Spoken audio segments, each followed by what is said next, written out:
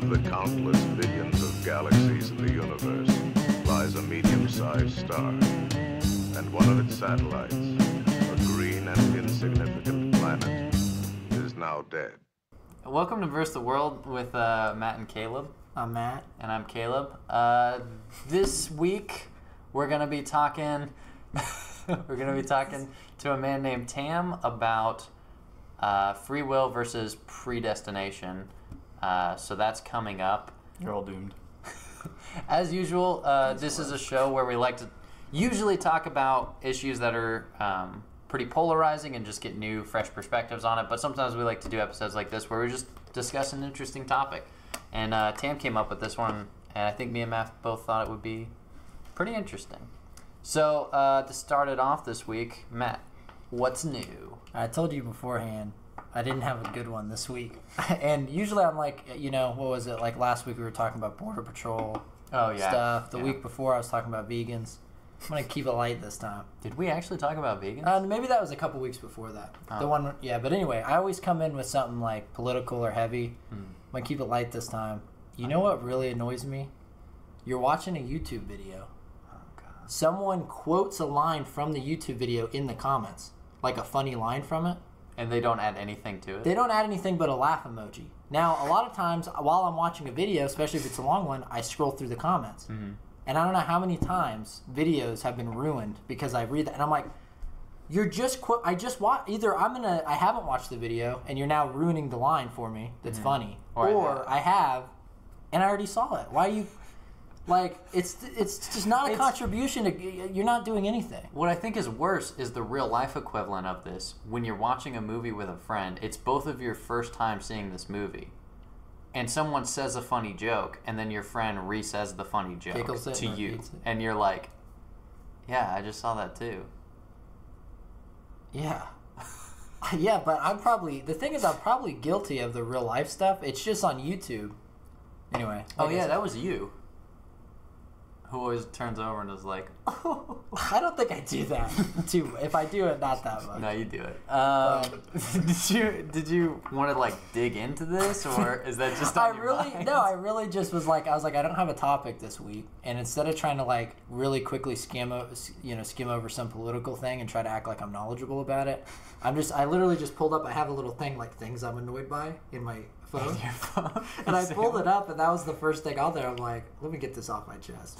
So it's really just a PSA. If you're on YouTube, talk about the video. Say, I found this video enjoyable. It's a funny video. It was insightful. Don't just quote part of the video. That's like just as annoying as getting into arguments online and then someone always puts LOL at the end of like every sentence or at the end of their paragraph. They're trying not to like seem aggressive? Yeah. No, it's like a power move. It's like, why am I even talking to you? I already have this figured out. LOL. It's like you're talking to a child or something. They do like it's just a pretentious thing in a way. Yeah. Mm-hmm. Yeah. My topic this week is really dumb, but it can't be dumber than mine. Bringing it up because it's so dumb. I hate U.S. politics. I guess this is European politics, but socialist. It's just so stupid. It's been in the news so much the last couple weeks. Are you familiar with the London Trump baby balloon? No. I just keep hearing about a balloon, but I don't know what the situation was. I don't know what the point of it was, but Trump was going to have talks in, I believe it was London. This is another one of those situations where I found out through memes, then through Facebook, and this was one of the ones where I was like, this is too stupid. It doesn't even deserve the time to like research it. Basically, they made it sound like politicians in London decided to put this balloon up.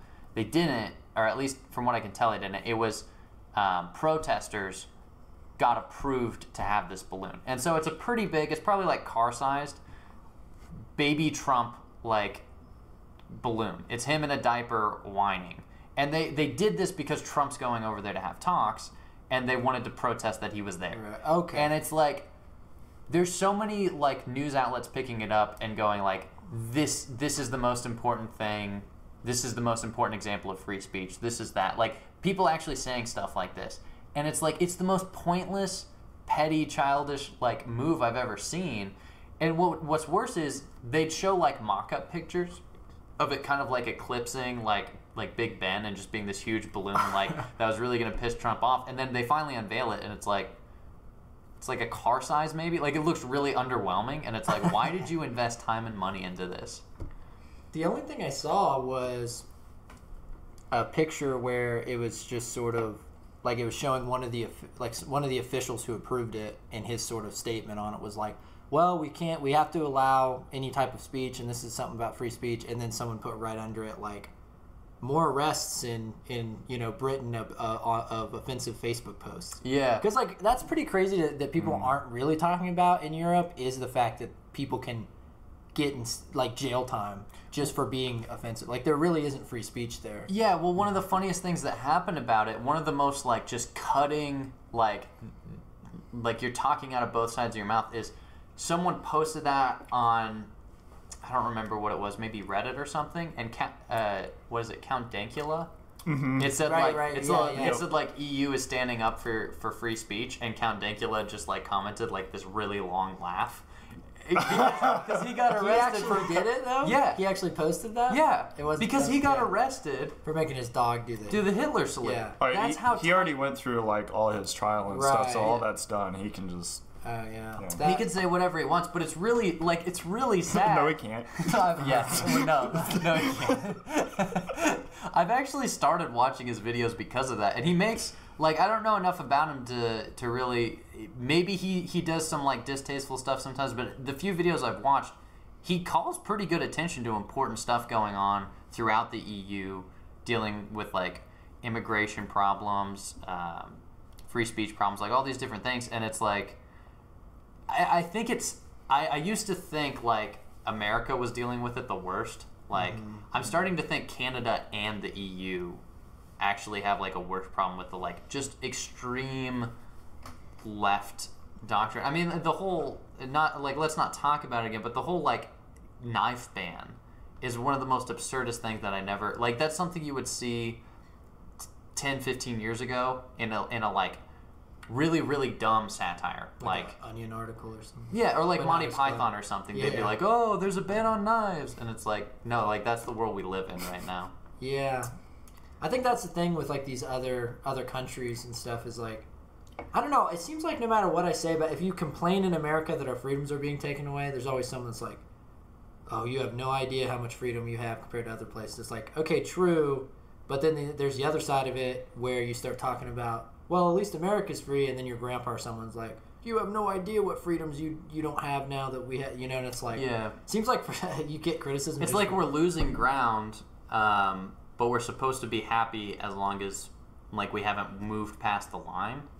Like as long as we have freedoms, we're the most free. And I mean, probably in the U.S. we probably still have the most freedoms, but it's like we're getting edged back every couple months. Like, it really is like kind of a full frontal assault.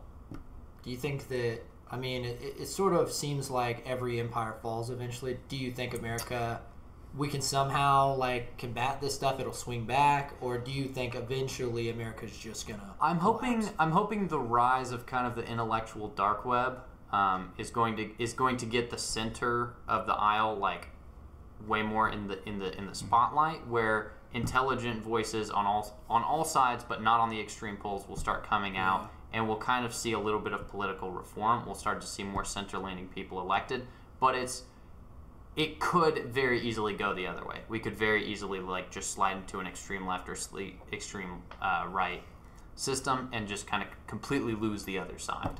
It's mostly up to just young people voting, because young people don't vote, and young people are even though there is the extremes or the conservative and the liberal, most young people tend to be more towards centrist and open to other ideas, but they don't vote, and that's the problem. Yeah, they're definitely not extreme, at least. Like, even people that are fairly liberal, most of the time in real life, when you actually talk about the issues, they're nowhere near as extreme as like the news makes either side seem.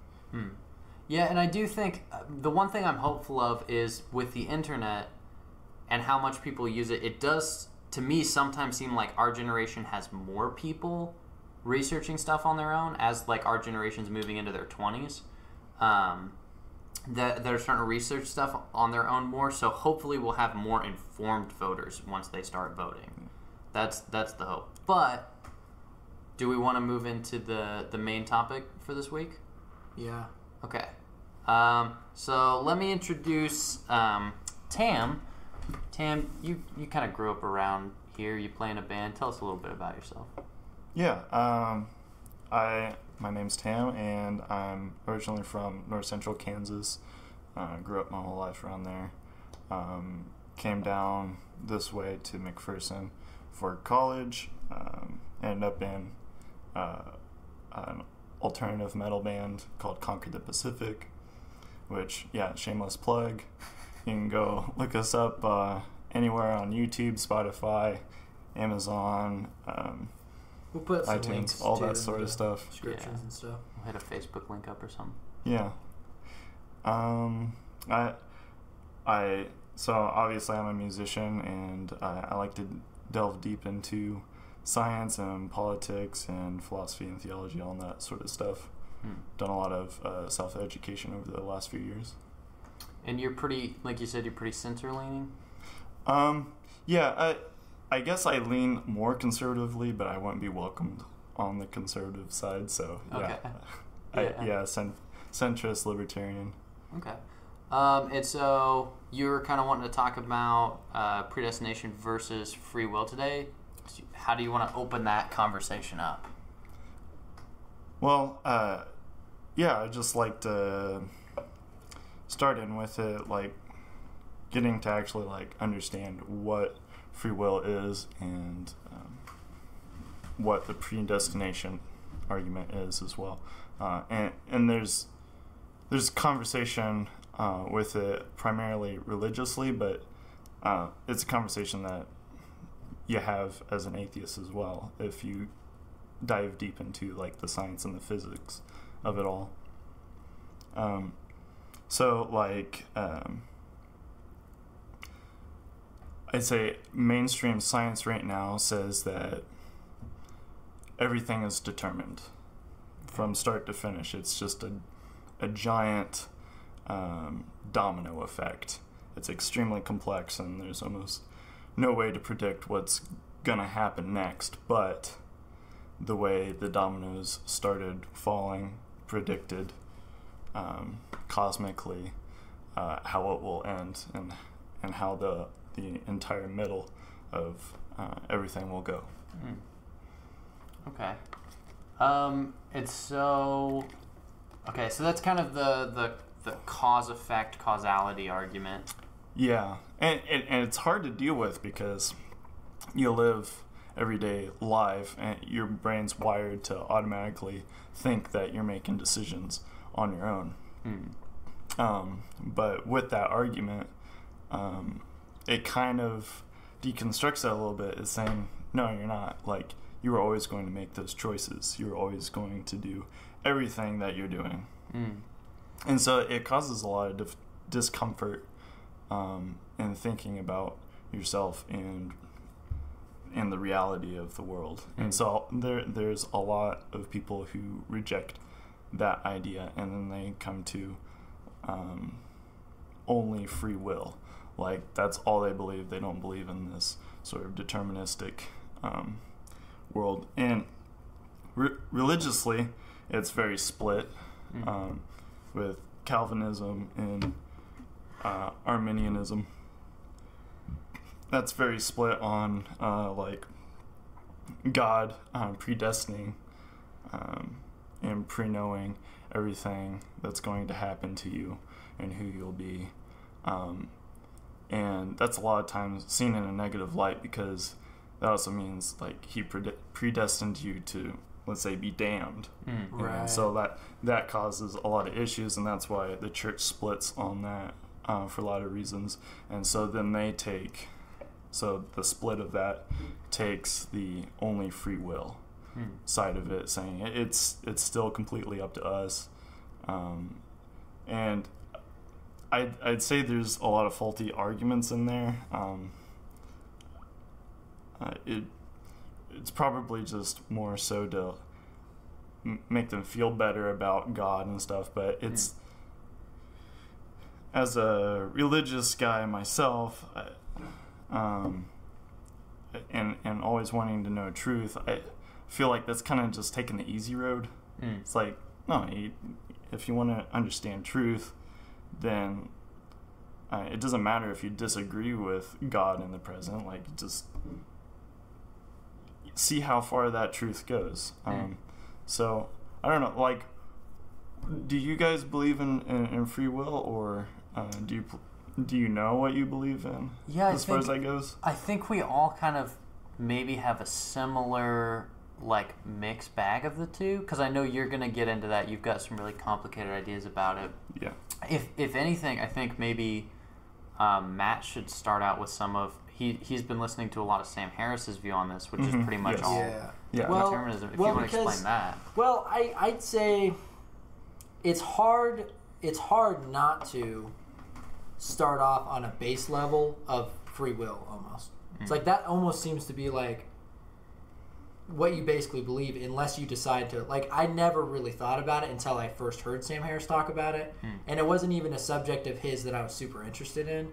So I've listened to him on like Joe Rogan, I've listened to him on other things with the free will, and he gets a lot of like backlash on that thing from atheists too. So it's not, it really is an all across the board thing. It's like, because it doesn't necessarily have to be about God. It's like, it's really hard for you as what I'm saying right now to say, oh, well, this is all predetermined and I'm not deciding these words. It's like, it's the hardest thing, even though that's purely subjective. So yeah, I kind of, before I've kind of seen him talk about it. I'm like, oh, free will, like, oh, I didn't even know that was really into question, especially coming from a fundamental Christian thing. That's like a big part of at least the sect of Christianity that I sort of knew was free will, because that's, you make the decision to, accept Christ. So that's the, like, the main crux of like Christianity, at least in, the sect of Christianity I grew up in. But having moved further away from fundamental Christian stuff, it's like, oh, maybe this is something I need to look into. But I'm really in a place right now where it's like, I just need to like learn more on either way. Mostly all I know is sort of arguments that Sam Harris made, and it's tough to comprehend. Like, it's really hard to, it's not an easy subject to tackle at all. So I'm a fan of Sam Harris, and I think he's super, like a super rational person, and I'm very rational. But, even me and Eric were kind of discussing it, because, like, I don't necessarily buy all of his arguments, but I can't necessarily argue with them. What's the, like, main argument that you wrestle with that he presents? Like, if you can kind of give the audience a background. I don't know from like I said, it's really complicated stuff. So like I was like, when Tam got here, I was like in the middle of trying to watch over some of his talk with Joe Rogan again, just because it's complicated. But his sort of, I'd recommend anyone to go watch him speak on it, or like the Joe Rogan episode. You can just type in Sam Harris free will and watch the Joe Rogan segment. I think that's really good because Joe gives like some pushback, so he can respond to some of the, what a normal person is thinking when he makes these arguments. Yeah. But basically his thing is that every decision you make, everything that happens is predetermined based on your life. Like, whatever happens in your life and whatever's happening biologically, you don't have any control over. And there's different levels. Like I said, it's complicated because there's different levels he goes into, but he talks about these experiments that they've done where they can basically predict, they give, basically the test is like they say someone, raise your left hand or your right hand and take as long as you want to decide what you're going to do, and then just raise one of the hands. And what they do is, while they're deciding that, they're watching a series of numbers and letters. And when they decide which hand they're going to raise, they focus on a number or letter that's going by. And then, whenever, basically that's a way for them to figure out exactly when they make the decision.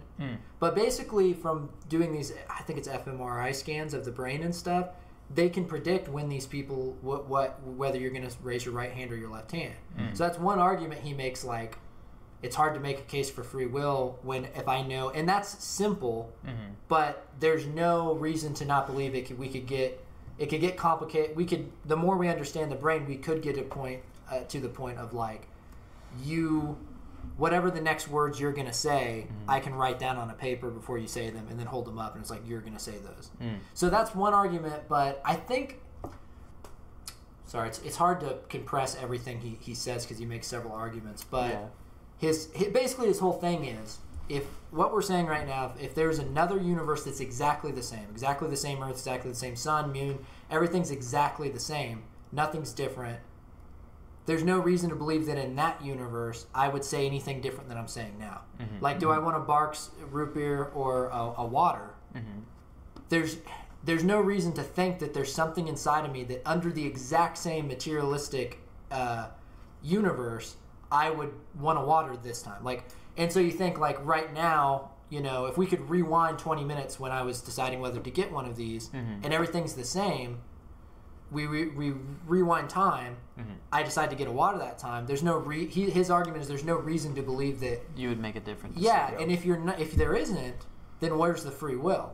It's going to happen. So I don't know if I'm doing a great job of articulating, but that's the basis of the whole thing. Yeah. Okay. Is there's basically his argument is there's no scientific evidence for free will. There's no way to actually show that. Now, Eric, our producer I was talking to before, he was making some really good counter arguments to the idea. Because I don't necessarily, I'm kind of playing advocate. I don't necessarily know that I agree with any of this. Who's advocate? Devils. Wow. Wow. Yeah. But, you know, Eric was saying, it's like, okay, but the thing in science is, actually, I might be butchering what Eric said, but so I'll just say it myself. One of the arguments I would think is, okay, but we can never observe the alternate reality. Yeah. We can't go back in time. We can't, at least right now in modern science, we can't go to like another dimension where everything's the same. So how do you know you wouldn't make the other decision? So that's maybe, you know, but yeah, his basic idea is there's just there's no evidence to suggest that I would do anything different. And if I wouldn't, then what's to say that I have free will? How do I not know? It's just a culmination of everything biologically and events in my life.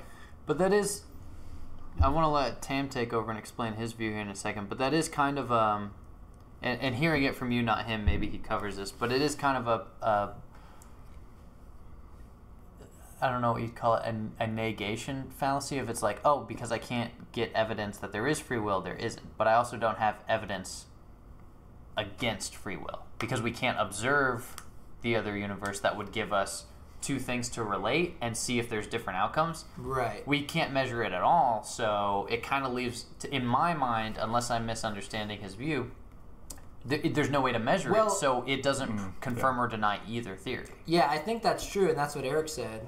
The only thing I'd say about that is, on the basis that you believe there's a soul or something there, then you believe the idea that you could make a different decision. Because it's not things firing in your brain or any of that. If you believe that me as a consciousness is what's driving these things, he's a very materialistic atheist.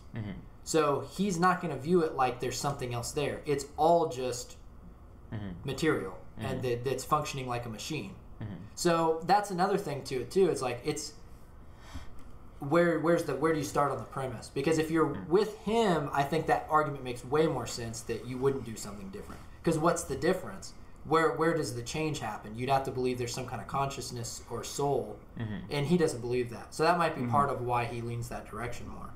But yeah, and I know I do recommend people watch it because I'm not the best advocate of this, just because it's something I just dove into this week. So. Yeah, I watch a lot of Sam Harris stuff. I'm pretty familiar with his view on free will and stuff. I've taken a lot of his talks and arguments to consider for myself.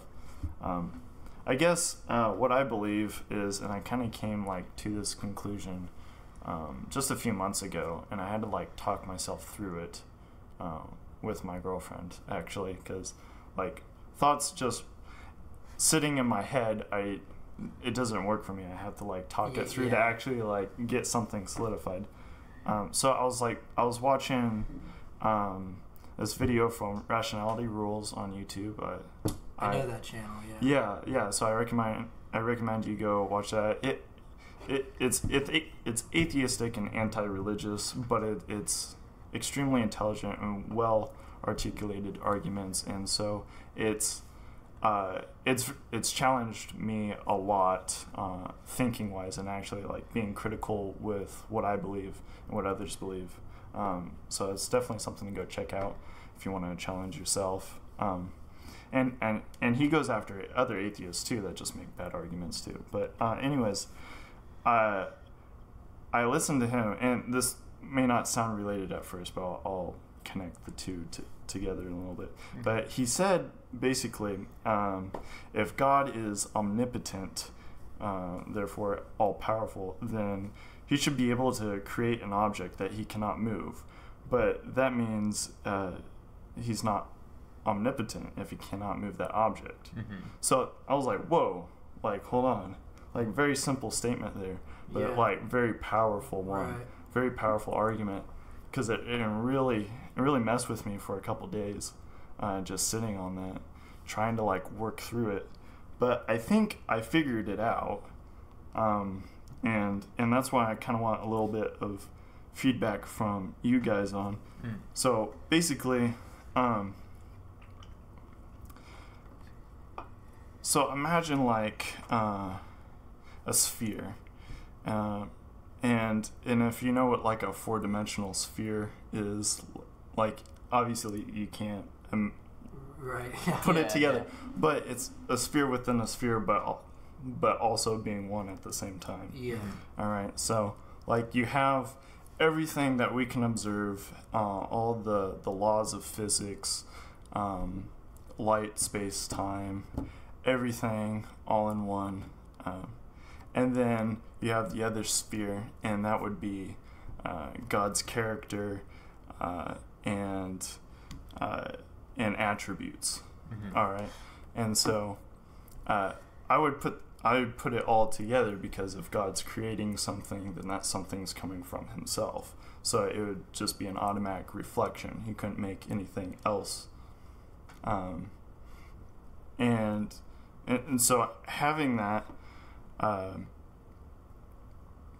I think in this sphere, in this universe, having everything predetermined, I think the character and attributes of God reaches out to the very like line that encompasses everything. So it's not only us that's predestined. I also think it's God that's predestined. And so I think that's what solves the sort of issue with the free will versus predestined thing. And I guess it leans more predestined, but it's like you could still talk about free will the same way, because you're in the same boat as God, so to speak.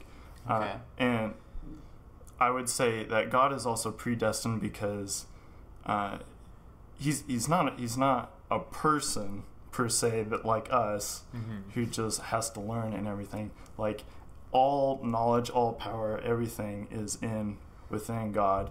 But time is on basically a table for Him. Everything's all there. There's no reason for Him to act differently ever. All His attributes are all at once, and so He can't contradict Himself. And so whenever, and so if you are a believer in God, every time he intervenes with someone or in time with us, He was always going to do that. And so that would have been predestined from the start as well. Okay. Right. Yeah. So you almost look at it like I'm trying to take that apart. Sort of. But like, so the idea there, because with you were mentioning time on a table. So in a sense, it's not. It's a lot. It's like God is God's outside of time, right? But everything's there already. Everything's there already. But like even the physics that hold, like even the ideas and principles that hold time and matter and everything together, which is outside of that, which is what God is. Like it's still all encompassed in that deterministic field. Right. Yeah, there's like so much there to think about. Yeah. Well, and then so my connection there with like what I said before with that rationality rules, like God created an object that he can't move, well, then he's not omnipotent. Well, God can't contradict himself. That's also a principle of who he is. So it's not that he can't do something. It's like that's the wrong way to go about an argument. Yeah. Because you could say there's lots of things that God can't do. Mm-hmm. God, depending on like what you believe, I suppose. Mm-hmm. But I guess if you go from just like a fundamentalist Christian argument, like God can't be evil. Doesn't matter what you think. Mm-hmm. Doesn't matter like what your perspective is. In the end, God can't be evil because God only encompasses the attribute of good. Mm. So there's lots of things that God isn't or can't be. So that's the wrong way to go about an argument, to dismantle an argument for God. But going with the deterministic free will stuff, God's in the same boat as we are. Yeah. I guess I can see that, like, the reason I'm thinking about the time part of it a lot is it's not whether he can or can't do something, it's that it already is. Yeah. It already is that way. Yeah. So it's like something's already happened. You can argue about whether it can or can't happen. It already happened or didn't happen already. Yeah, I'm kind of talking out loud. It's weird because we think in time aspects, and obviously God wouldn't be within that. He can interact with us in that way, but he's like his perspective is it's the reason why it's so difficult to tackle any of that is because we can't help but think in terms and laws that we know as humans in the world. So there's no way for us to even imagine outside of that. Mm-hmm. Yeah. So then it's hard to determine things about God because it's like, well, then we're putting human things onto something that's outside of that. Yeah. Well, and just to explain, just in case like the audience isn't keeping up, this seems to be the argument of God isn't part of the universe innately. Like God isn't part of the created universe. He's the one who created the bubble that everything exists in, which means that he's not restricted by the known laws of the universe. And then you're saying that he's within the system and without the system simultaneously, kind of. Yeah, well, it's like everything that we can observe and study. That is something that he's created. That's something that's under his control. Mm-hmm. But it is kind of, in some aspects, separated from him. But the all-encompassing element is this deterministic factor that God was always going to do everything that God does. And so when he creates and then creates life and creates intelligent beings like us, then we're in the same boat too. It's not like we can escape that sort of deterministic bubble that's around there. And so this isn't a law of nature, so to speak. Like we can study maybe the deterministic factors of the domino chain with matter and time and space, but outside of that, does it still exist? And I say it does. Okay, so I think we might have to shift this conversation a little bit from where I thought we were originally going to go, because this is still a free will versus predestination argument, but for you, God is a kind of given in the argument. Yeah, well, I wanted to give that idea because like atheist versus Christian, or even the Arminian versus the Calvinist, like all of that, they're so separated sometimes on the free will versus deterministic viewpoint, and like I'm connecting the two, and usually, and that's called compatibilism, and usually compatibilism have really bad like arguments, like there's big holes in them, like maybe they can be articulate about it, but in the end there's like bad arguments on the compatibilist side trying to say that you have free will and things are determined. And so usually the free will one gets pushed off to the side, I'm sort of meeting in the middle, and again, it does still lean towards the deterministic part, but it's like you can throw away all of your bad feelings about not having the free will, because it's like even God's in the same boat.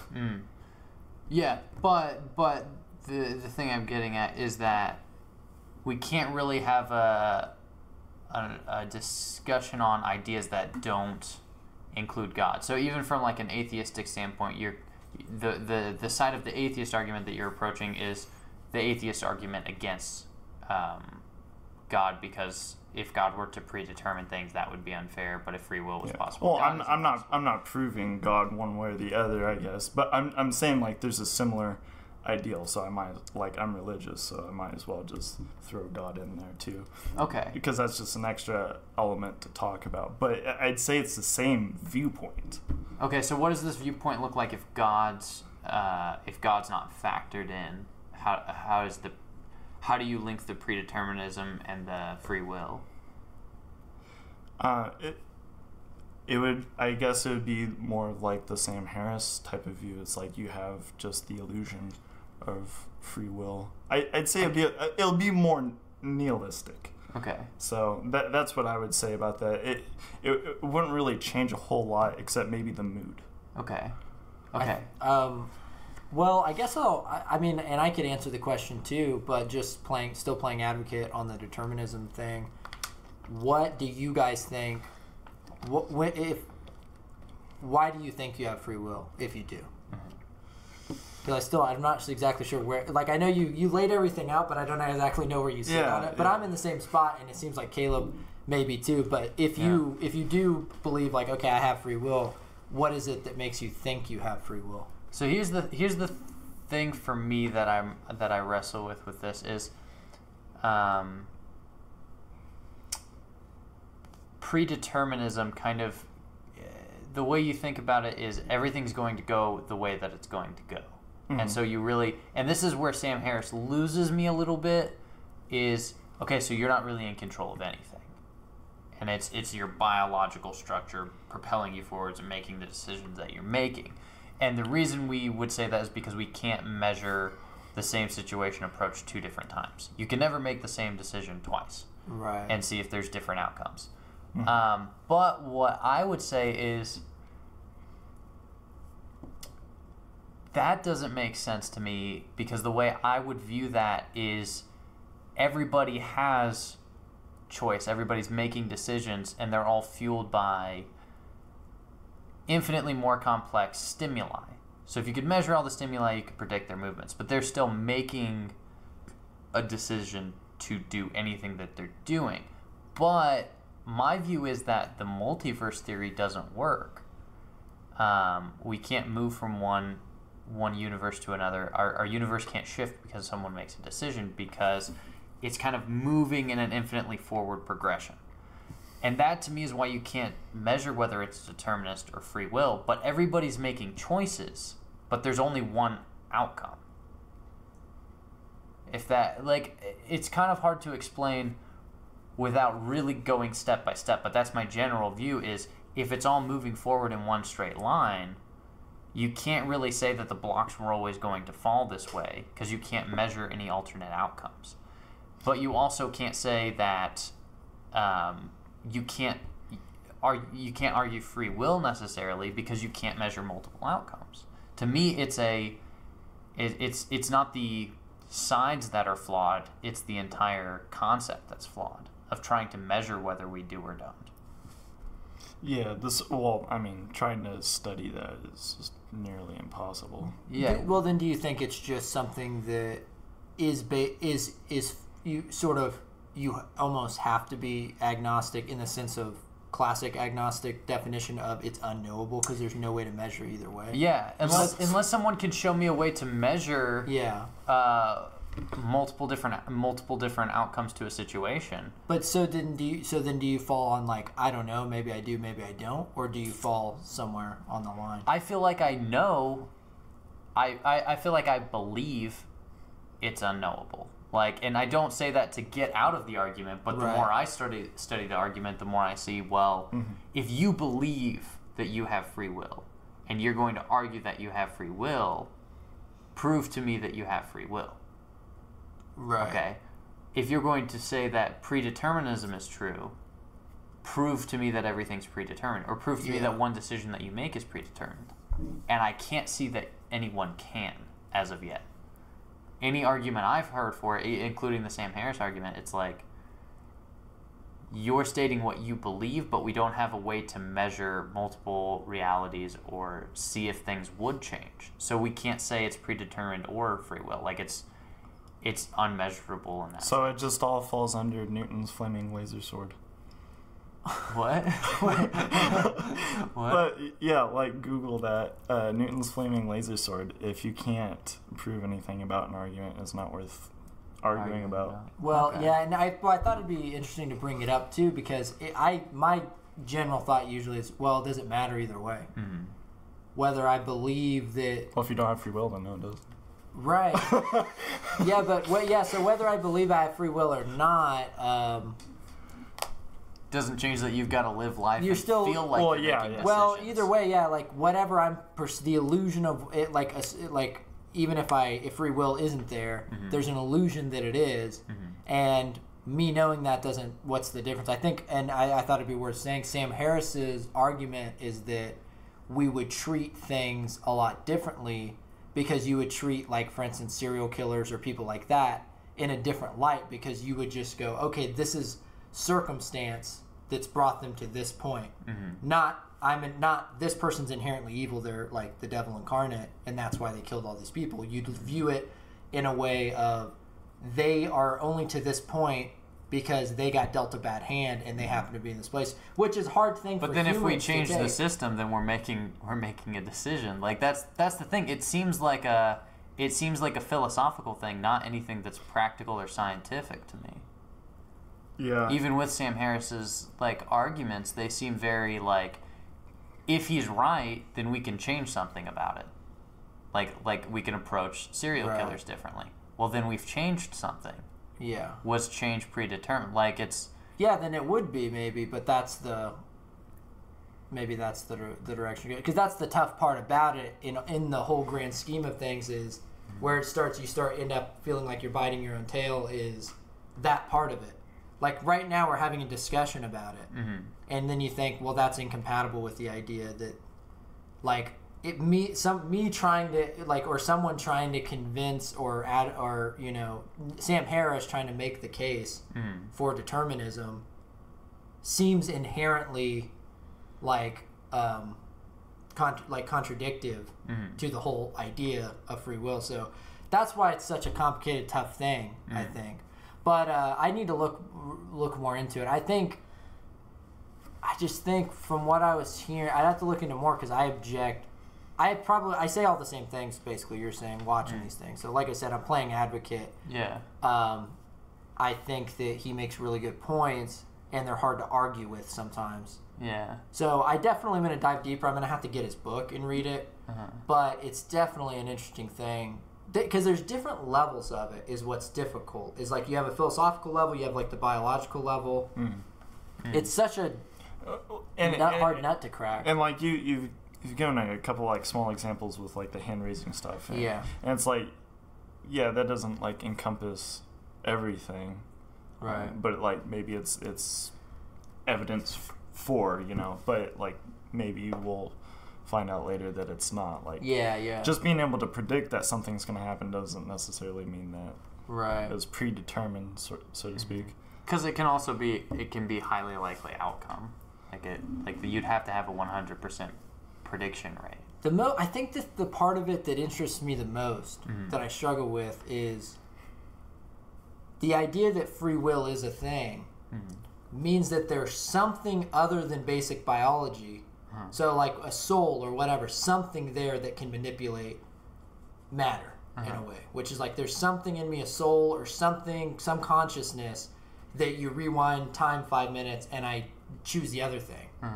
Because just on a materialistic level, there's no reason to believe that something different would happen there unless something was influenced. So that's the idea. There's like if you believe like you have a soul and a consciousness and something there, then I think it becomes a more interesting argument. on the other side. Yeah.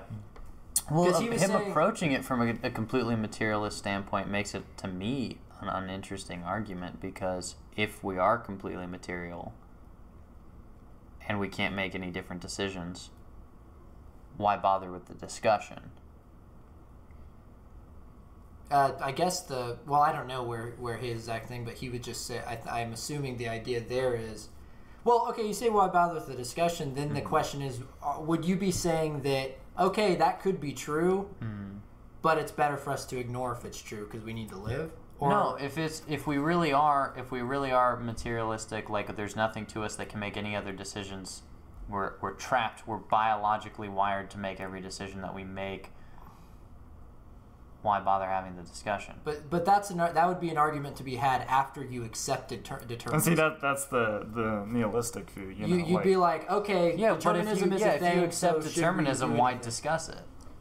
Like it seems like a shutdown. Yeah, but that's not an argument against determinism. That's just saying if determinism is true, why would we do this or that? It's not an argument against determinism. Yeah. Like, I mean, I feel like it kind of is, because we're having the conversation. But yeah, I guess what I'm saying is, if determinism's true, it's like saying is nihilism true, then nothing matters and we should kill ourselves, right? Mm-hmm. So then you would first have to accept that nihilism is true and then say we should kill ourselves because that's true. Yeah. So that's what I'm saying with the determinism thing. If you accept the premise that determinism is true, then you can say, okay, then we should just lay down and die, or it doesn't matter. But you saying that would be. I guess what I'm saying is that's not an argument. I don't see how that's an argument against determinism.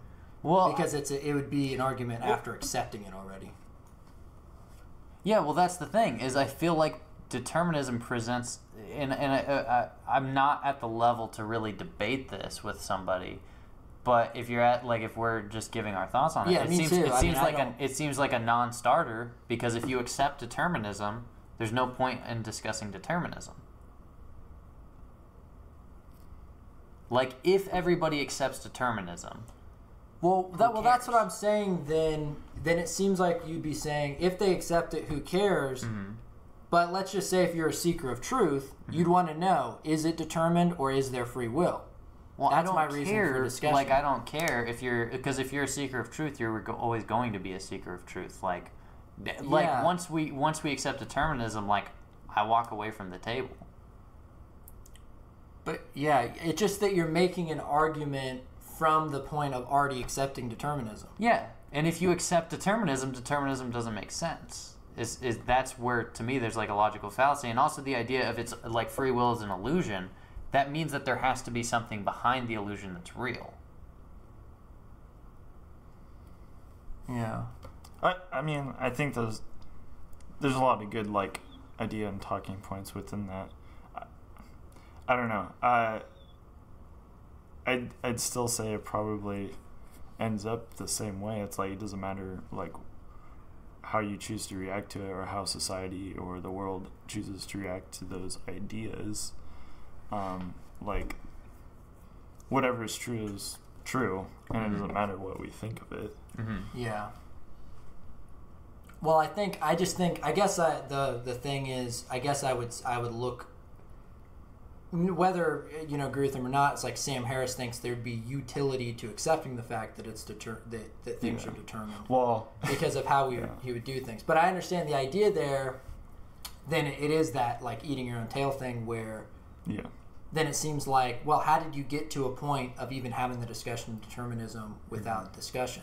Mm-hmm. So I understand the apparent fallacy there. Here's my argument on how I think the universe works with predeterminism and free will. Is I like to imagine God as a machine, and so here's the idea. Here's how I envision God. The universe exists, and it's happening, and there's cause and causality, and there's the best way I can ever argue it is it stimuli. You're likely to do something because of something. You're likely to eat because you're hungry. Like, And so if you could create an artificial intelligence that can map every data point possible, like every data point, every movement, every twitch, every molecule, everything's predictable because you're processing every bit of information, but you're also processing it like as it's happening. So it's just extreme likelihood. You're going to end up at the correct answer because you're constantly like taking in new information. You're only predicting because you're absorbing the information. And that's kind of how I view God. Is God didn't set up a chessboard and the game's already played out and he can jump into the game at any point, and every time he's going to jump in the game is already predetermined. The way I view God is he set the thing in motion, and he's all-knowing. And if he's all-knowing, if he knows every detail of what's going on within the universe, he knows exactly like what's going to happen as it's happening. But that doesn't mean that he determined it was going to go that way. Well, I would argue the two and one is the same. And like you had asked me like to kind of like simplistically explain like actually like what I view on that. Mm-hmm. Yeah. So I guess that's like a good point into that.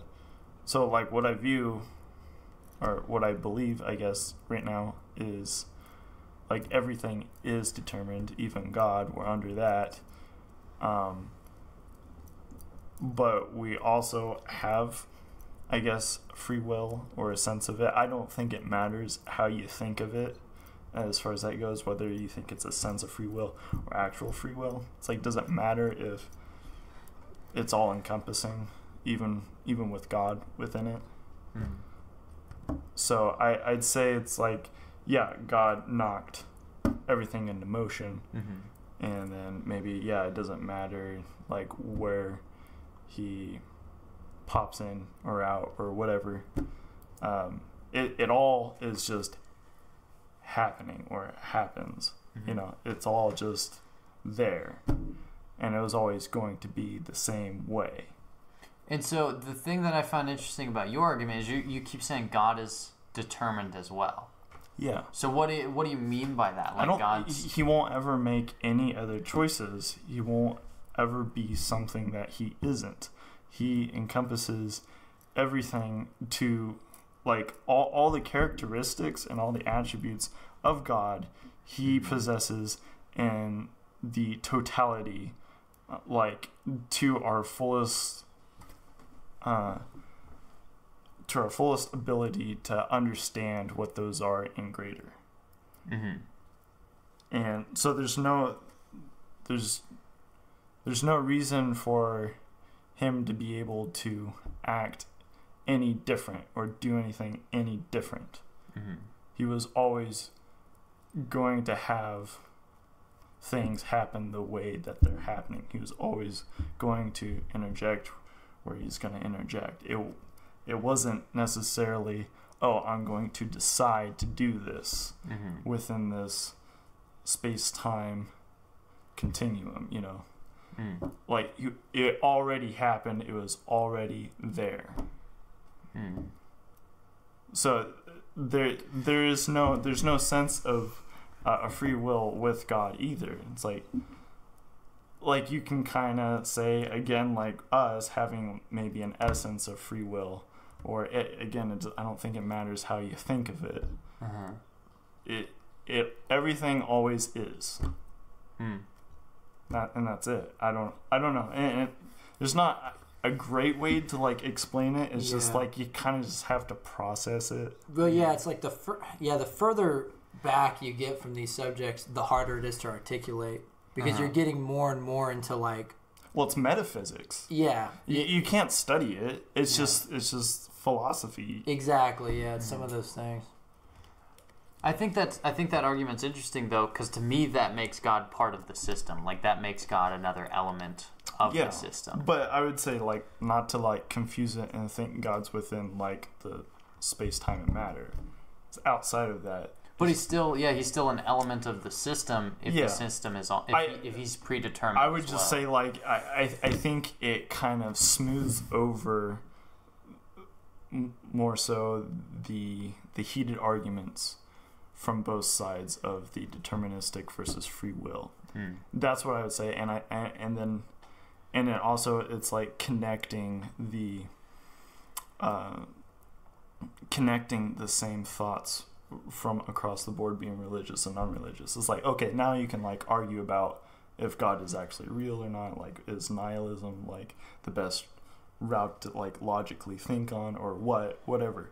But this is what sands down the area. It's like, we shouldn't be split on the free will versus determinism thing, religious or non-religious. So did you come to the conclusion of God being predetermined from first maybe accepting the idea of determinism and then going, well, if things are determined, therefore God is? Or was it the reverse? Well, yeah. I mean, I grew up thinking that I had free will, and that's what I'd been taught, and there's good arguments for free will, but I think in the end they fall short of the arguments for determinism. But like, I had watched a lot of Sam Harris videos and others who argue the same or similar, like Richard Hitchens. Richard Dawkins or Christopher Hitchens? I'm okay, yeah. You but both of them, both of them, both of them, and so they lay out the same sort of like arguments with the free will and determinism stuff. I know Jordan Peterson had like a talk with Sam recently. Yeah, and he did a couple shows. I don't know if those are out yet because I couldn't find them. Like, except for people like bootlegging, like recording. Yeah. I listened to them. I'm assuming that's a topic they go over because, as far as I know, Jordan Peterson is not a determinist. I think he's on the other end. Well, at least I know he argues with Sam Harris's points. No, right? he for the most part, if I'm correct about this, because I listened to those talks, I think for the most part he agrees with Sam on the deterministic part of it. Where he starts to disagree is more along like starting to talk about metaphysics and like where the idea of God and consciousness all comes into play within that. That's where the levels start to kind of part in their ideas. You should listen to what I need to Jordan B. Peterson has to say about consciousness and how far that can go. I think he was on the Joe Rogan show. I've heard him talk. I've listened to all. It's interesting. Me and Caleb both follow him, have been following him closely, and I just think he's so. That's why I think it'll be really good to hear him and Sam talk, because they're both just so smart, but they do view things. 'Cause I do think Sam Harris is so materialistic sometimes that maybe he ends up being biased or blinded against certain things, like the Bible. Well, Sam, he thinks that if no one was religious, then that would solve many of the world's issues. Right. Which I never get. Same thing with Richard Dawkins. One of the things I don't like about Dawkins, and Dawkins is way worse about it, I think. Well, they're like anti-religious, and I guess so is Sam, but Sam's more mild about it. Like it's like, if you choose to be that way, that's okay. Right, well, but he will argue against any kind of benefit of religion. Yeah, whereas I've heard him say that if it's good, then it's good. Whereas Dawkins will promote you to go and shame religious people. Yeah. Well, I think what Sam says is, like, so if you said, well, yeah, but I'm not going to steal because God said so. He would say, I think he would say something like, okay, well then why can't you just say we're not going to steal without the God part? Mm-hmm. So he's like, okay, there's benefit from the Bible and stuff, but he does want to like scrape the Bible part out of it and take the good part. And so that's frustrating with a lot of the atheists, is when they don't seem to be as grateful as maybe they should be about the Judeo-Christian ethic. They always act like, oh, well, this would have happened either way. It's like, I don't know. That's pretty influential. So Yeah, and listening to talks with Sam Harris, he does cherry pick some stuff, and he knows it. Like, he admits, like, it's cherry picking. Yeah. But he's like, well, this is a good part of the Bible, and this is a bad part of the Bible, right? So he's saying, like, why can't we just, like, take the good stuff and then leave the bad stuff? Yeah. So, but then I've heard him talk about other things, and I would disagree. I think he has good arguments. Right. Like, they're definitely worth having discussions over. But I would start to, like, disagree with maybe some of his understanding, because he talked with Ben Shapiro the other day on those subjects with, like, the Bible and, like, was it the Ben Shapiro's Sunday special thing? Yes. Okay, yeah, I did listen to that. Yeah, you did listen to that. Yeah, well, it's like he has a fairly good grasp on the understanding the Bible, but it's like at the same time it seems like he's coming from a more simplistic, like, just like, I don't know, plain reading. Yeah. Of the text. It's like, yeah, that's the. It's like if you're a Jewish scholar going in to study, like, the Tanakh, and right, like, there's so much more, like, depth that's to sort the of words. That's sort of what me and Caleb were talking about this morning. Actually, was we were talking about Sam Harris's cookbook analogy, where he talks about you can just go into a bookstore and pick out a cookbook, and if you wanted to, you could find significance wherever you wanted to find it. Yeah. But the reason I really appreciate Jordan Peterson, because I don't believe the Bible's the inherent word of God. I'm not super religious in that way. Did you start coming down with something? Notice you call? No, yeah, what's that was just funny. Funny timing. Yeah. No, but Jordan Peterson, I really think, is a great bridge, like, between people who maybe aren't religious and people who are religious. But he just comes from a place of, like, you can't ignore significance in the stories of the Bible, whether you think they're literal or not. You can't ignore the significance. And it's weird. Jordan Peterson's view on, like, religion, it's super interesting, because it's like normal Christians wouldn't call him Christians, they call him agnostic, but he considers himself a Christian. It's like, and so then atheists looking at him would say, well, I guess you are a Christian. You know, but like, when he's talking on the Joe Rogan show, it's like Joe Rogan asks Jordan, he says, so, like, do you believe that it was a historical fact that Jesus rose from the dead? And Jordan, like, sits there and thinks about it for a second, and he goes, I don't know. If there really was a perfect man, the potential for human consciousness to, like, knock out what death is, maybe it is possible. We don't know the limits of consciousness, and it's kind of a wishy-washy thing, but it's not like anything you can study. It's an idea, but it's kind of a mind-blowing idea to kind of just, like, well, and think on. Something I wanted to touch on before you guys go too much further, because the argument, or we were having a discussion this morning about the Sam Harris view, is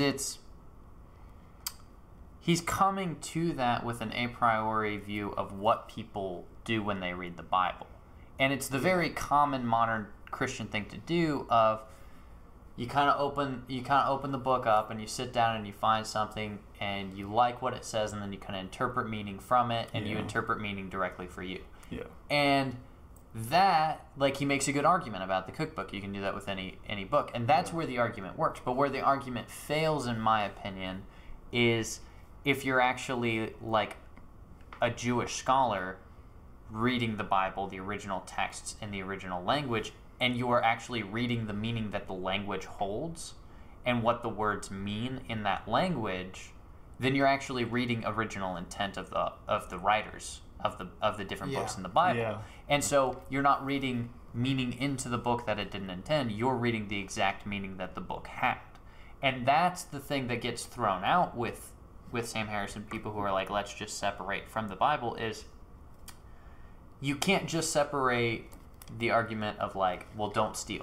Okay, well, we've learned don't steal, so let's get rid of the Bible. And the people on the other side are like, well, God says don't steal, so that's why we don't steal. Both of those arguments are incorrect on how to read the Jewish texts. It's saying that there's a reason. It like throws the universe out of balance to do wrong things, and the more out of balance the world is, the worse it gets for everybody. So the better you live your life in balance with everything around you, the better things are. And it's like that transcends like just biblical. That's a very spiritual thing in a lot of world religions. Why would you throw that concept out and just take the hard and fast, well, just don't steal? Because then, 3 generations removed, the people are going to start asking, well, why are we not stealing? Like, you have to have meaning and knowledge. Yeah. And even if there's already, like, maybe a biological, like, something there evolutionarily that maybe you're driven to not steal, having it in words, having it written down and taught makes it like actually more of a reality than like biologically it being placed there. It's like language has such a deep impact on transforming our thoughts. Language and literature. So that Well, I think we talked a little bit on the podcast with Evan, the one where we were talking about our backgrounds. What was the even top? Oh, it was just about our backgrounds with and stuff. Christianity. Yeah, and we were talking about nihilism and stuff, and me and him were pretty similar on beliefs, but we were talking about like we were both sort of in agreement. It's like there's so much utility in church and the Bible because there are people, me and Eric talked about this too. It's like we were wondering, like, there's some people where they need that. They need the just in a pragmatic way. They actually need the Bible or to look at it like a rule book, even though I don't think that's the way you should do it. I do think there's people where it's like that in tradition. They need the tradition to move a certain way, and I think there's other people that maybe don't. But I this is where I disagree with Sam Harris and some of these people. Like, oh, let's just all not go to church. It's like, I think society would go really bad if everyone just decided to stop going to church and stop reading the Bible. I mean, Sam Harris is a believer that most of our morals stemmed from the Enlightenment period. Yeah, that's which interesting. Yeah, which is pretty complex, but I'd say like even through that, it's like, well, everyone who was in the Enlightenment period who kind of separated from the church took everything that they knew from Judeo-Christian idealism beforehand, and they sort of capitalized on that and were able to get to a point like logically where they could still move forward in ideas in science and philosophy and that stuff separated from the church. It was like a splitting point where they could be independent. It's hard to argue for, but it's also really hard to argue against. There's also morality. That's like we're touching on all the big stuff today because it's like predetermined. Yeah, like it's such a tough thing. Morality is such a tough subject. I just try my best to start on a base level of 0. Yeah. And let's see the claims, and then I'll examine that. So with the free will stuff, I'm in the same boat where it's sort of like I can go, well, it seems more this way or it seems more that way, but it does seem like, as of right now, until I research more, especially I'd like to really research people who have more of a free will argument. Well, and I think he definitely has cooler hair, but I like to start with Mega Man X just because of the progression system. I think that's truly starting at 0 because you don't have any advantages. Yeah. No, but I think you make a good point. I think one thing that's difficult to tell is when did somebody start from 0 and build to their argument, and when is somebody just like beholden to their argument? Well, go ahead. But one thing, and maybe you need to do yours first, but one more argument about determinism versus free will I wanted to address is the idea of the God is non-existence, the kind of Taoist view of God. So did you want to say what you wanted first, or should I go into that? You go ahead, because mine's sort of a non sequitur anyway. Okay. So the kind of Taoist view of God, or Taoist, I'm not really sure. I see it both ways. But God, as it's introduced in the very first I guess passage of the book, is the Tao is the non-existence from which all existence sprang. And even to call it the Tao is incorrect. To put a name on it is wrong, because it has no defining features. You can't say anything about it, but also everything came from it. So you can learn from it. You can learn about it from creation, but you'll never actually get it. And the whole book goes on and on about what following the Tao is, and it's this idea of following light. It's this idea of only doing what is necessary, never infringing on other people or other things. Really interesting view. And I kind of feel like the Jewish view of God is very similar to Taoism, the idea of I am, and it kind of presents itself more better translated from the original Hebrew as kind of, I don't know how to say it, I am being.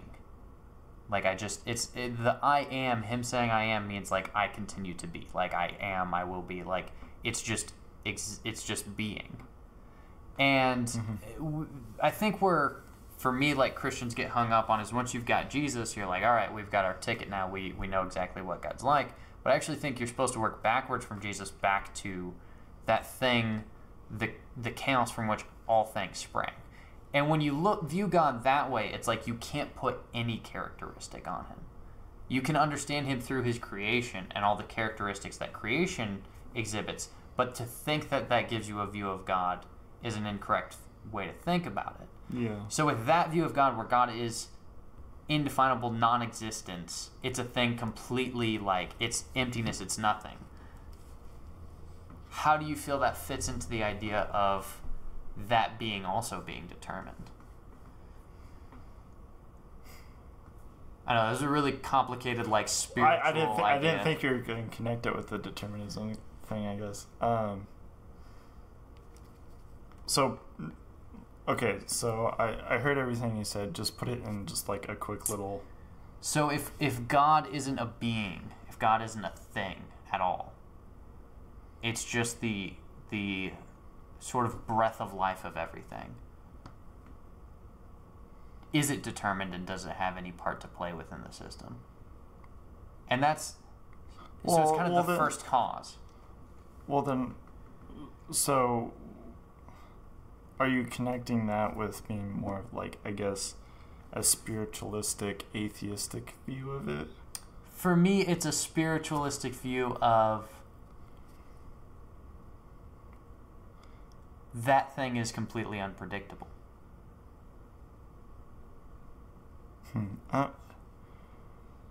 Because, I don't know, like, I'd say if you're putting God into the equation, then he's already there. Mm-hmm. But if you're just saying that it's just an essence of something, then I'd say that's, I don't know, fringing on just atheism, you know, maybe being spiritual about it, but I don't know, I think that ultimately, like, then I start to lean towards nihilism, and I don't know, it's hard to say with that being the element, if it's free will. Maybe it's still all encompassing. I'm not sure with that. Well, thought. I guess that would change things if you tie down the idea of determinism being because there's a determined God. Mm-hmm. If that's it, then you would have to maybe shift the belief. If it's like, okay, there is no God, but there's some kind of force. Is that what you're saying? There's no God, but there's some sort of energy connecting everything. I'm saying we weirdly associate God with this, like, being that is beholden to us in some way.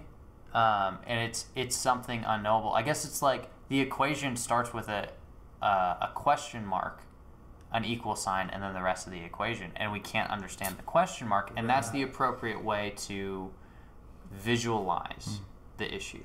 Well,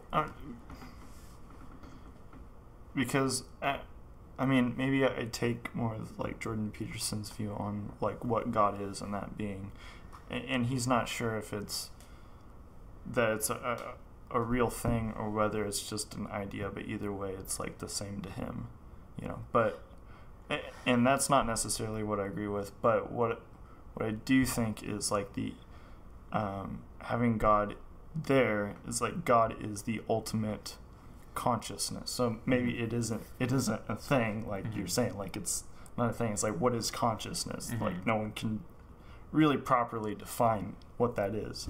And if it's on an ultimate scale, there's no way to describe or give it attributes like what you're saying. Yeah. Well, that's kind of the way I view it. Is like I kind of feel like my current model is consciousness is the soul. Whatever people mean by the spirit, the soul, the thing that exists outside of the body, it's really consciousness. And there's some kind of consciousness is everything. It's perception. It's the ability to perceive that there's a universe around us. We can only do that because we're conscious. And it's almost like the universe itself is conscious. And it's like we are the embodiments so that it can process itself. Can I interject with something small, but maybe it's a good talking point for this too. The word soul, like we take it from the Greek. We don't take it from anything Hebrew. So anything that's translated to English from like the ancient Hebrew text, like it's not actually soul. It's nephesh, which is the word for throat. And so it's like when you'd say you're thirsty, you'd say my nephesh is dry. Or you'd even use it to say, like, count personhoods. Like, how many is in your family? And you'd say, like, 7 nephesh, 7 throats. So, like, whatever goes into you, food, water, is what gives you life. And then whatever comes out of your throat, which would be speech, is what expresses what you are. So your nefesh is you. It's both your life and your consciousness. And I don't know if that kind of like plays in. Yeah, that plays in because it's the idea that in the Hebrew texts, like Yahweh being like breath of life, like that's where nefesh, from my understanding, kind of comes from. Is it's the idea of like the breath that we've absorbed allows us to breathe back, kind of. Yes. And to me, that's the idea, that would be the modern idea of consciousness. Yeah. Consciousness gives us life in the fact that we can process life. And then we can discuss life. And it's like, it's that same concept of nefesh, of like, in some way, just because we're conscious, we're connected to whatever the consciousness is that dreamed up the world. And clearly the alternate argument of this is consciousness is a side effect. Like, consciousness is a side effect, and nothing matters. Like, the universe doesn't matter. We're a generator, and the electricity is what's allowing us to process the generator. And once the generator breaks, the electricity stops. And it's like, because I guess maybe it's because I struggle with deep materialism, like only materialism. To me, it just seems like there's one extra layer to everything. There's some kind of metaphysical, the idea that I'm processing myself because I exist just seems like a logical feedback loop. But I get why you would say that, because it's the only thing that you can say and not need an element that we don't understand, that we might never be able to understand because it can't be measured, because it's not physical. Yeah. But I don't know if we went too deep. I don't know if we went too ethereal.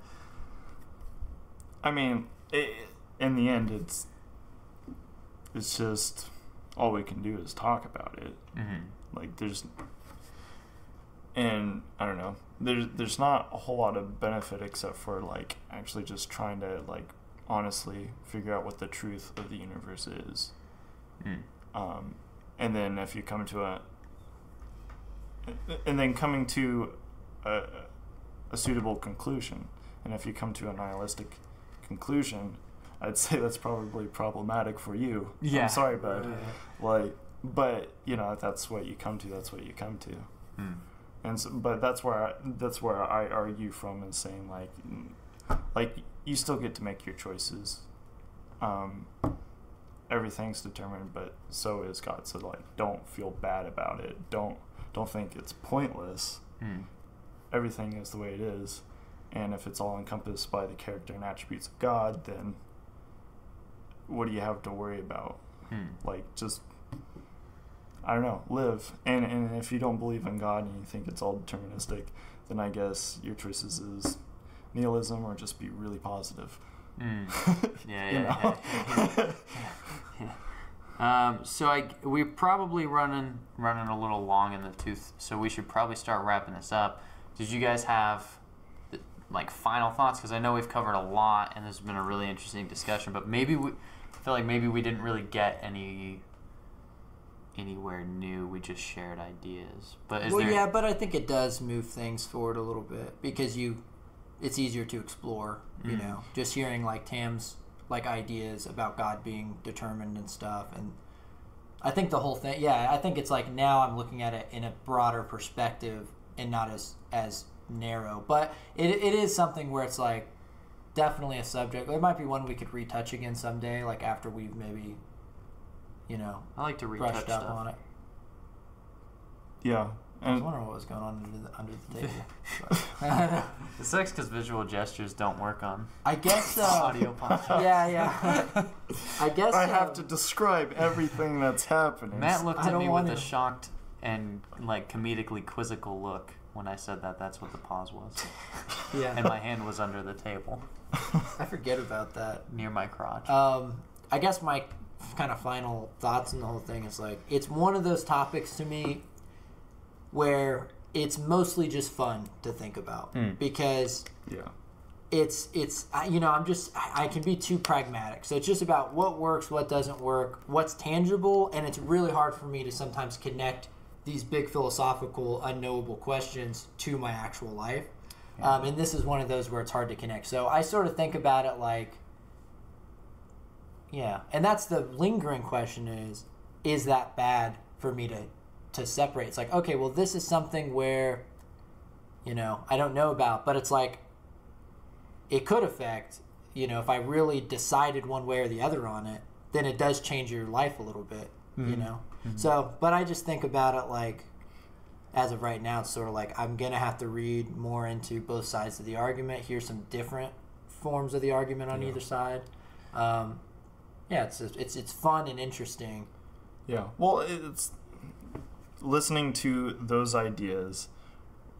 It's like, is there something new that you learned, or maybe you want to research into, and like, how does that affect your thoughts, and how do you think it'll affect what you'll decide to do with yourself, trying to like find out who you are and what you think? Like, how are these ideas going to affect you? I guess that's where it comes in, like, practically, I guess. And so if you're religious, then like it might challenge some views that you have, and maybe you want to look deeper into that. And if you're atheistic, maybe it's the same, and maybe it's a connecting like factor to the religious, and then I don't know, like you can start to delve into different ideas, because now things are interweaving a lot more, these ideas, and they're not so separated. I guess the whole argument itself, I think about it like I think about it like boobs. You know, it's really Didn't expect that. it's really fun to think about. Like, you can spend a lot of time like and just kind of like lose yourself in it for a while. Around. You know, and you just kind of like shifting and turning and like what's really going on here. But it's the perfect roundness. Yeah, and you're like, but the perfect perk. But it's taking my analogy too far. But at some point, you know, you gotta go, all right, this was fun, but I got to get back to work. Like, I got to do something. But I'm going to return to it later. Right. It definitely seems like. Oh, wow. Like, you could almost I'm gonna use ponder it anything more. else as an example. No, but it also shows the enticingness of it. I guess so. Anyways. I don't know. I think it just played into that. Well, I think the best way to explain something is to always relate it back to sex in some way, because it's the universal. It's true. Or Hitler in the Holocaust. Like, isn't that just like a rule of thumb? Well, anyways. The Jews are always going to die. I'm sorry. Yeah, if we live in a deterministic universe, 6 million Jews were always going to die, and we should quit mourning. I don't like that view. No, I don't either. Oh, wow. What a way to end it. Okay, well, Tim, thank you so much for coming on the thanks episode. for having me on It the was show. super fun. Do you wanna run through some plugs again? Sure, yeah. Go look my band up, Conquer the Pacific. We're on YouTube, Spotify, Amazon, just about any platform that has music. We're writing a new album, so just like stay tuned for some really good stuff that we're gonna throw out maybe next year. All right. Well, thank you so much for being on. Matt, let's quickly do a catch up. You do anything interesting?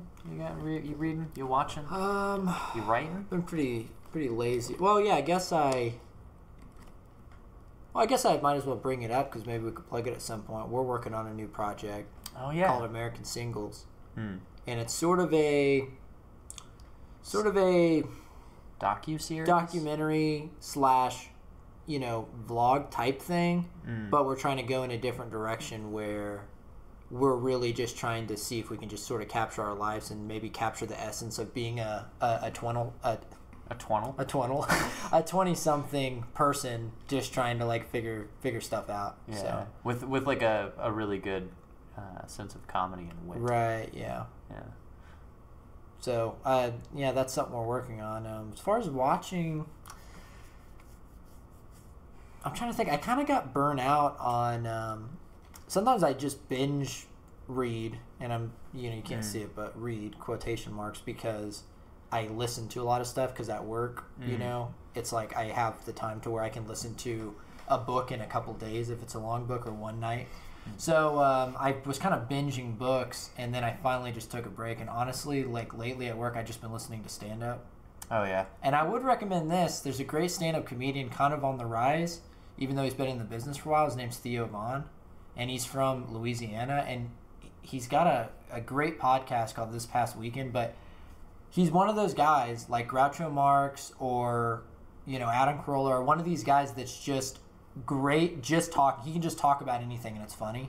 So anyway, his name's Theo Vaughn. I'd recommend that. But yeah, I've been listening to just a ton of stand-up lately, trying to get back into it. So Okay. Yeah, I've kind of slowed down a little bit because kind of hit a brick wall with Paradise Lost, where it's too imagery. I feel like it's wasting my time a little bit. Like, it's really bad to say about a classic, but I got to book 7, and book 7 is just like Adam's bored in the garden and he asked Michael to recount the creation narrative, and it's just like a really poetic version of the creation narrative, and I'm like, I don't have time for this. Like finish the story. I want to know what the point of this all was. And I don't do well with grand poetry, like epics. I read a lot of them, but I guess I just don't read them right. I try to read them like a normal book, and so I just constantly am lost. Sometimes I'll be lost for like 3 pages before something finally I'm like, oh, Satan's talking. Okay. It's bad. So I'm just kind of like turning my brain off for a hot minute. Then I guess I just kind of muscle through, but I really want to move on and enjoy some fiction pretty soon. Like, just enjoy some simple reads. I've been working on it's not a plug or anything, but I've been writing a lot of like short film projects, getting ready to put those together for film school. And I finished a monologue that I had written for a man who's a vegetable. He can't move, not food. And it was a really fun writing Larry project. the cucumber.